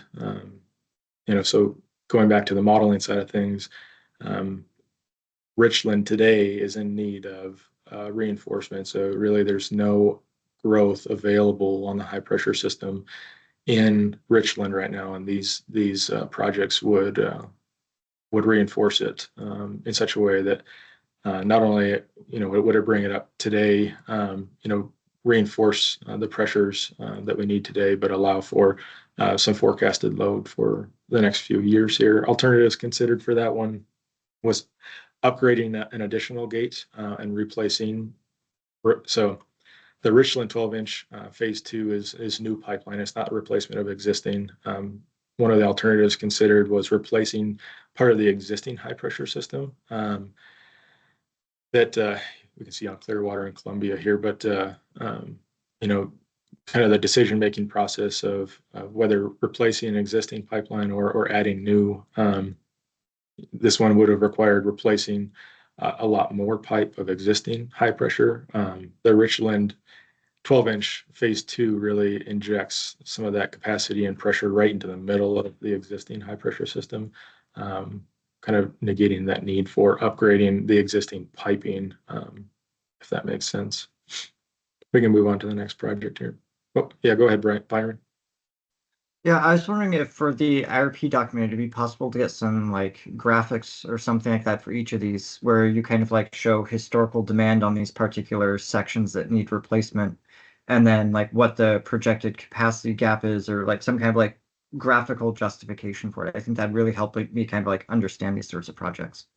Yeah, for sure. No, and like I said, a lot more details and visuals will be provided in the write-up. But yeah, we can definitely include some graphics based on historical demands and and where we're sitting at today versus where we'd be sitting at after reinforcement, for sure. Thank you. Yep. Any other questions up to this point? All right, we can move on to the next one. Pasco, 6-inch high pressure reinforcement. This is a planned project again for 2025, 5 miles of 6-inch high pressure. So the Kennewick area, Richland is southwest, Pasco is northeast, kind of two separate systems at the moment. This reinforcement will be bringing high pressure from the Altalia gate. We can talk about it after the timing, I guess. Here, the estimated cost is 5.8 million. It is planned for 2025. Underway to reach 2025 construction. The benefits of it is that it does address the high pressure capacity deficit in Pasco. So just like Richland, the existing high pressure system is taxed. We have regulator stations that are reaching choked flow, which means the inlet pressure versus the outlet pressure of a reg station. The inlet pressure is getting low enough that we're actually reducing capacity on the outlet side of a regulator station because I don't have enough available pressure capacity on the inlet side. So it addresses that type of deficit on the high pressure system within Pasco right now. An alternative considered for that was upgrading the North Pasco gate and reinforcing the high pressure out of that gate. So essentially rebuilding a gate station and replacing pipeline. The alternative that was selected, the 6-inch high pressure reinforcement, would be connecting to an existing gate that has additional capacity available. We had a project 4 years ago that reduced the flow out of that gate. So we have contractual capacity through that gate station already. So connecting to that gate station and bringing that high pressure, connecting it to the existing Pasco high pressure. So really, it removed the gate station upgrade out of the cost for that one. That's why this alternative was considered. It would just be pipeline needed for this project. We can go to the next slide. The Burlington South reinforcement. This is 15,000 feet of 6-inch.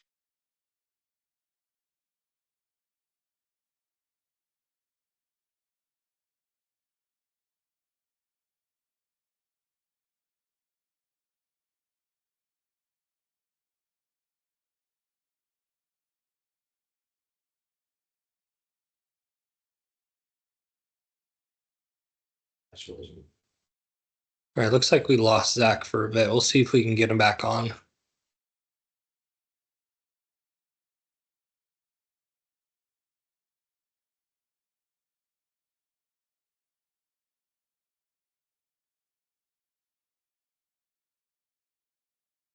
Can you guys hear me now?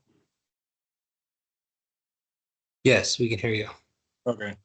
I apologize about that. My laptop, they're working on construction within our building here. I don't know if something happened with the internet, so I switched over to my phone here. Luckily, just a few slides left, but yeah, sorry about that.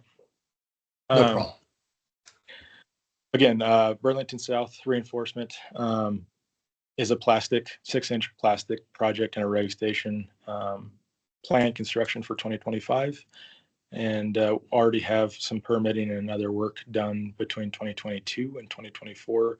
The benefits of this one, and again, the details will be in the write-up, but this area is kind of historically bounded by a highway, a river, and a railroad. So the crossings across those hurdles are limiting capacity. They're becoming bottlenecks per se, and this would address that problem. So it addresses low pressure issues within the distribution system in Burlington, and it also provides an additional loop. Those existing crossings across the highway, the railroad, the waterway would not be replaced. They would still stay in place. This would just be an additional one that would reinforce that area.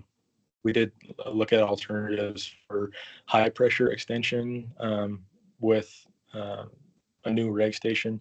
The high pressure in this area was further away, and from an economical standpoint, didn't make sense to extend from the high pressure system when the distribution system plastic reinforcement provided the necessary capacity there. And go on to the next one. The Elma Gate Station. This is planned for 2028, so one that's not planned for 2025. But what it does, this kind of the scope behind this one is providing a secondary supply source to the Grays Harbor lateral in Aberdeen there, around the Aberdeen area, I should say. We have costs in 2027 for both ourselves and Northwest Pipeline. Kind of they're broken up like this because typically a gate station is kind of a joint effort. Cascade would have costs associated with our own regulation, our own odorization, our own pipelines, but then the transmission, we also have to pay them for tapping fees for high pressure metering and other facilities required on their side of things as well. So that's kind of the breakdown between the two different costs there, but planning and permitting and design in 2027 and construction within 2028.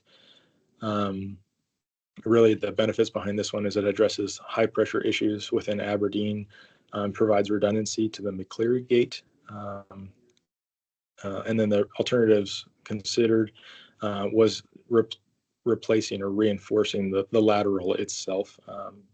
So replacing quite a bit of pipeline in order to do the same thing as a differently located gate station along that lateral. So any questions at this point, I guess?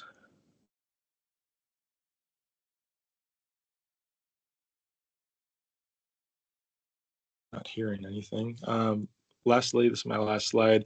We'll talk about the iterative process of the IRP. We touched on it earlier on in the DSP presentation, but this is kind of a good visual to show how things are evaluated. In 2023, at that point, for the IRP, we were looking at 5 years worth of budgeted projects in 2023. You can kind of see the overlap of those years now that we're in 2025. In 2024, obviously, we were looking at the 5-year budget as well, but not necessarily from the IRP perspective. But you can see the overlap of some of those projects that I just discussed have construction in 2025, and they were included in the 2023 IRP. Obviously, we have better information today than we did back in 2023, and have been able to narrow those projects down and have better costs, et cetera, for those projects. And then again, moving on to 2027 for the next IRP, that same iterative process will continue to move forward.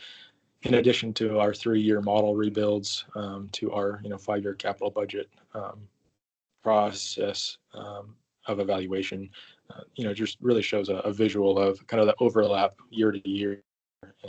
Every year should be an enhancement of the previous year's products, if that makes sense. So that's a culmination of the DSP presentation. So any other questions for me?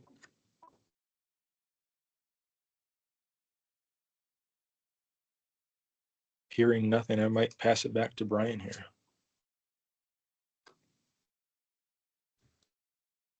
All right, thank you, Zach. Yeah, so that concludes our Tag 4 meeting. We'll open it up if there's any additional feedback, if there's questions from the previous presentations. I'll leave it open for a little bit to see if anyone pops in with questions. You can also put questions in the chat. While people are thinking of questions or typing questions, I'm going to put our email address in that you can reach us at for the IRP if you have any questions.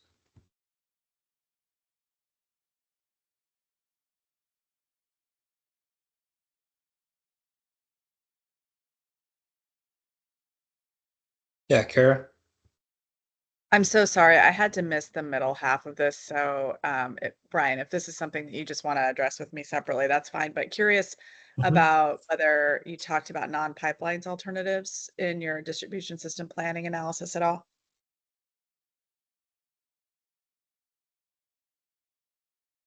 Yeah, so I don't know if Zach, I think Zach may have dropped off the call, but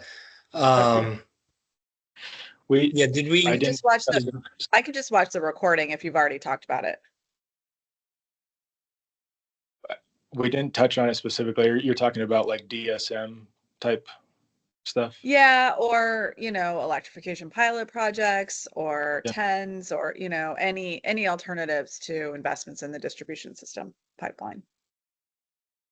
Through the distribution presentation, I guess I didn't touch on that because most of our projects that are actually planned for this year because of known deficits that DSM wouldn't have been able to address this year. But it is definitely a part of the selection process or evaluation process from a modeling perspective of how these project or how DSM can be a part of the discussion, I guess. Okay, thanks. Yeah, I think one of the things about the distribution system modeling section to keep in mind is just the immediate need of several of these projects. A lot of these projects are looking at deficits now, and we still are seeing a little bit of growth in our areas. So we want to make sure that we can maintain that reliability for our customers in these areas. Thanks for Do you that question. anticipate, yeah, thanks. Do you anticipate that do you anticipate that there's a way to manage DSM analysis in a way that allows for consideration of a variety of alternatives so that it isn't an immediate need that, automatically results in a pipeline solution?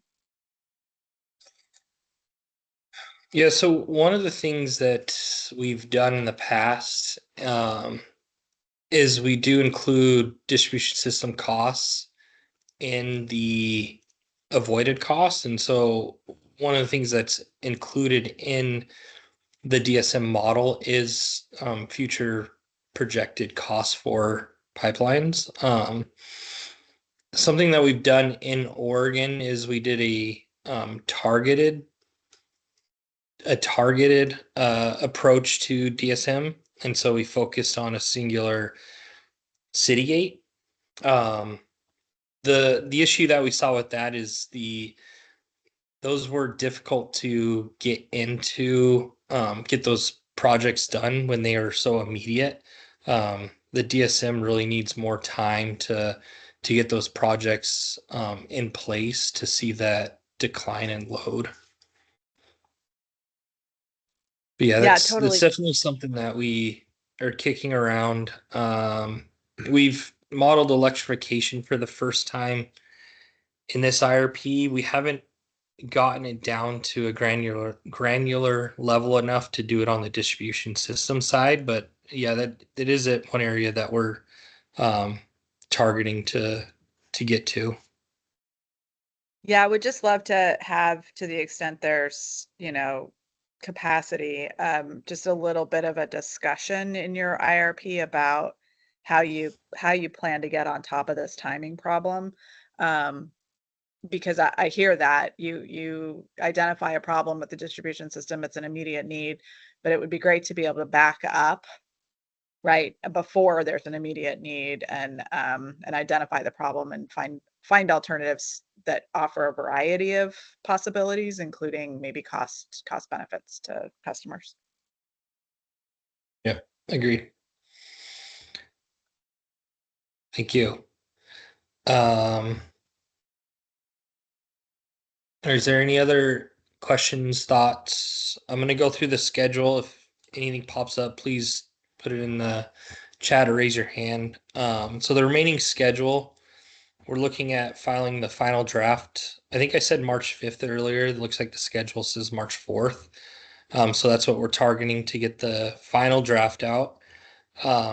We'll give everyone about 6 weeks to get comments back. The earlier the comments, if you want to send them in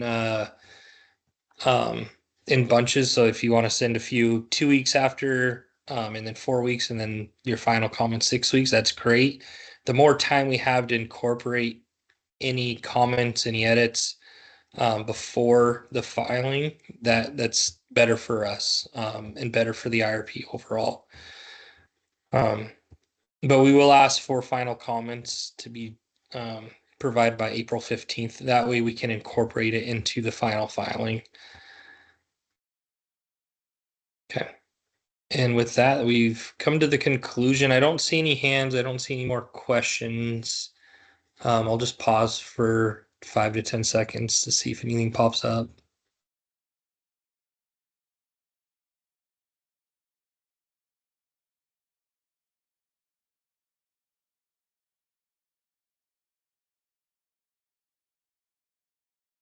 Okay. I'm not seeing anything, so we'll let everyone go. Thanks for joining, and thanks for the conversations today. Thanks, Brian and Zach. Thank you. Thank you. Thank you. Thank you. Thanks, Brian.